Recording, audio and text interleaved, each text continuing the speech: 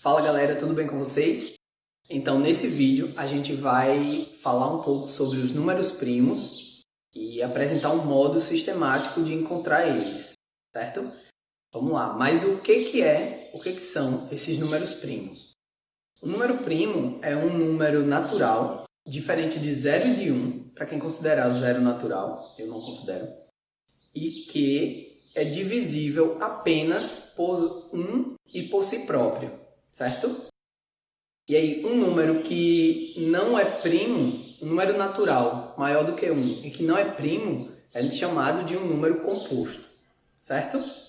E todo número natural, ou ele é primo, ou ele é composto. A exceção de 0 e de 1, que não entram nessa classificação, tá? Então, o número 1, ele não é nem primo nem composto, beleza? Vale lembrar que determinar se um dado número é primo ou composto pode ser uma tarefa bem árdua, tá? Por exemplo, você consegue determinar se o número 4.294.967.297 é primo ou composto? Esse mesmo número causou uma certa divergência, dois grandes matemáticos divergiram quanto a dizer se esse número é primo ou composto, enquanto Pierre de Fermat, um matemático francês, disse que esse número era primo, Leonhard Euler, outro gigante, disse que esse número era composto.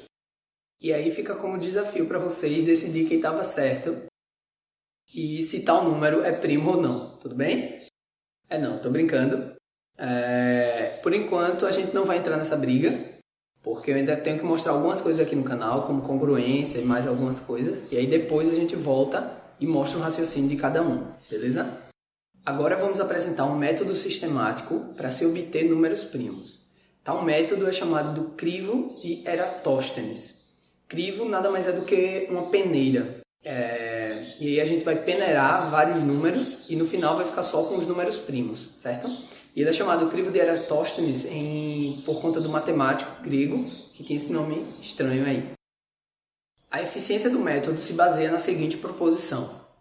Seja A um número natural composto, e então, se esse A é um número composto, A é múltiplo de algum número primo, P, tal que P é menor ou igual do que a raiz de A, certo? Vamos demonstrar isso.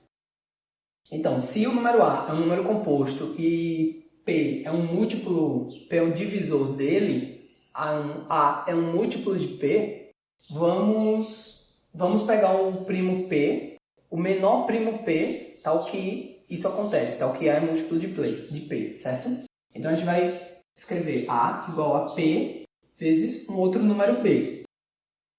E esse número B, ele vai ser um primo Q, pode ser igual, pode ser o mesmo P ou não, Q vezes um inteiro K. Inteiro não, K natural. Certo? E aí, se esse K for igual a 1, ou seja, esse número B aqui, ele pode ser primo, tá? Ele, sendo primo ou composto, ele vai ser escrito dessa forma. Ele vai ser um primo K vezes um primo Q vezes um outro inteiro. Basta K ser igual a 1, que ele pode ser um número primo. E Q também pode ser igual a P. Não tem problema nenhum com relação a isso. Certo, vamos substituir o valor de B aqui. Então, a gente tem que A é igual a P vezes Q vezes K, sendo P e Q números primos. Só que como a gente quer que esse número P seja o menor primo que divide A, então a gente tem que P é menor ou igual do que Q, certo? O Q ele pode ser até igual a P, mas ele não pode ser menor. A gente quer que o P seja o menor primo que divide A, para valer isso aqui. Certo, vamos ver quem é P ao quadrado. P ao quadrado é a mesma coisa do que P vezes P, certo? E como eu tenho que P é o menor primo que vai dividir A, ou seja, P é menor ou igual do que Q, eu posso escrever que isso aqui vai ser menor ou igual do que P vezes Q. E P vezes Q vai ser menor ou igual, por sua vez, do que P vezes Q vezes K. Porque K é um número inteiro, ou seja, K é maior ou igual a 1. Quando K for igual a 1, a gente verifica a igualdade. Quando K for maior do que 1, esse lado aqui vai ser maior do que P vezes Q, certo? Só que P vezes Q vezes K é justamente igual a A. Isso aqui é o nosso A. E aí disso aqui a gente tira que P ao quadrado ele vai ser menor ou igual do que A. Que é equivalente a nós, como a gente está falando só de números naturais, né? P ser menor ou igual do que a raiz de A. Certo?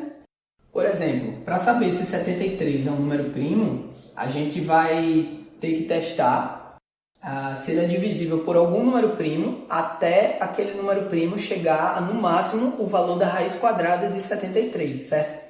Por exemplo, né, vamos fazer, a raiz de 73 vai ser 8, alguma coisa. Porque 8 ao quadrado dá 64, menor do que 73, mas 9 ao quadrado já dá 81, maior do que 73. Então a raiz dele vai ser alguma coisa aí, 8, alguma coisa. Então a gente só precisa testar se 73 é divisível pelos primos 2, 3, 5 ou 7. Porque o próximo número primo já é 11, já é maior do que a raiz de 73. E aí, se ele não for divisível por nenhum desses números primos, então ele também é um número primo, certo? Como eu já comentei, a palavra crivo significa peneira. E aí o método ele consiste em peneirar os números de entre 2 e um dado número n. E aí você vai peneirar todos eles e no final desse método você vai ficar apenas com os números primos, certo? Para começar, escreva os números de 2 até n em uma tabela. Aqui, por exemplo, eu escrevi os números de 2 até 20 e a gente vai começar pelo primeiro número nessa tabela. O 2 ele é um número primo, porque ele não é divisível por nenhum anterior nessa tabela. E aí a gente vai riscar todos os números que são múltiplos de 2.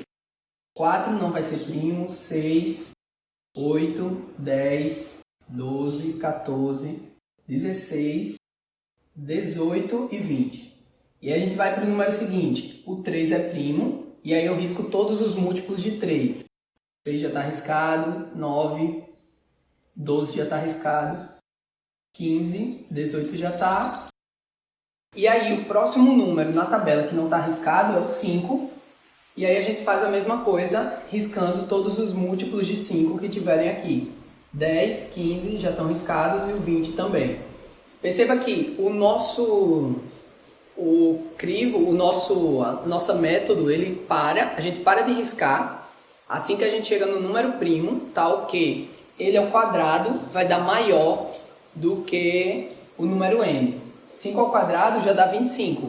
Então a gente não precisa mais continuar, porque pela proposição anterior, o número a ele vai ser se ele for composto, ele vai ser divisível por algum número primo menor do que a raiz quadrada dele, certo? Agora vamos apresentar dois problemas matemáticos interessantes que estão relacionados com os números primos, mas que ainda não têm resposta. Fica aí a sua chance de brilhar, hein? Você pode demonstrar essas conjecturas que eu vou mostrar aqui. A primeira é a conjectura de Goldbach, que diz o seguinte: todo número maior do que 5, ele é a soma de 3 números primos. Por exemplo, vamos pegar o número 6, ele é igual a 2 mais 2 mais 2. 2 é um número primo. Se a gente pega o 9, ele pode ser escrito como 5 mais 2 mais 2, ou 3 mais 3 mais 3, certo? Você pode tentar outros números aí para você ver que isso vai estar funcionando, só que ainda não foi demonstrado. E aí Goldbach enviou uma carta para Euler, simplesmente um dos maiores matemáticos de todos os tempos, propondo que ele provasse tal conjectura. Euler disse que acreditava nela, mas não conseguia demonstrá-la. E, além disso, Euler disse que tal conjectura era equivalente a gente dizer que, ele deu uma versão dele, todo número par maior que ou igual a 4 é a soma de 2 números primos. E aí você pode tentar ir com vários exemplos, você vai ver que vai dar certo. Por exemplo, 12 é igual a 5 mais 7, o 6 é igual a 3 mais 3, e você pode fazer vários testes aí, só que ainda não foi demonstrada matematicamente. Uma outra conjectura bem interessante foi dada pelo matemático Legendre, e ela diz o seguinte: dado um n natural, existe, esse aqui é o símbolo de existe, Existe um número primo no intervalo n ao quadrado, n mais 1 ao quadrado.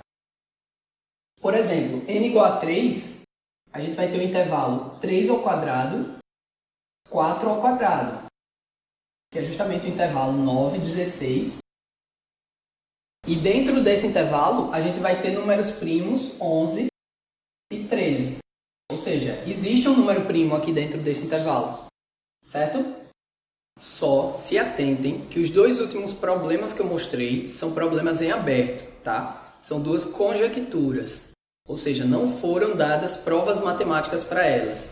Vocês não podem usar esse resultado aqui como se ele fosse verdade numa prova, tá bem? Não são teoremas, são duas conjecturas. Mas são duas conjecturas bem interessantes e eu achei bem legal. Eu acho elas bem legais. E aí por hoje é isso, galera. Muito obrigado. Se você gostou do conteúdo, curte, compartilha e segue a gente nas redes sociais, se inscreve no nosso canal no YouTube. Valeu, até a próxima.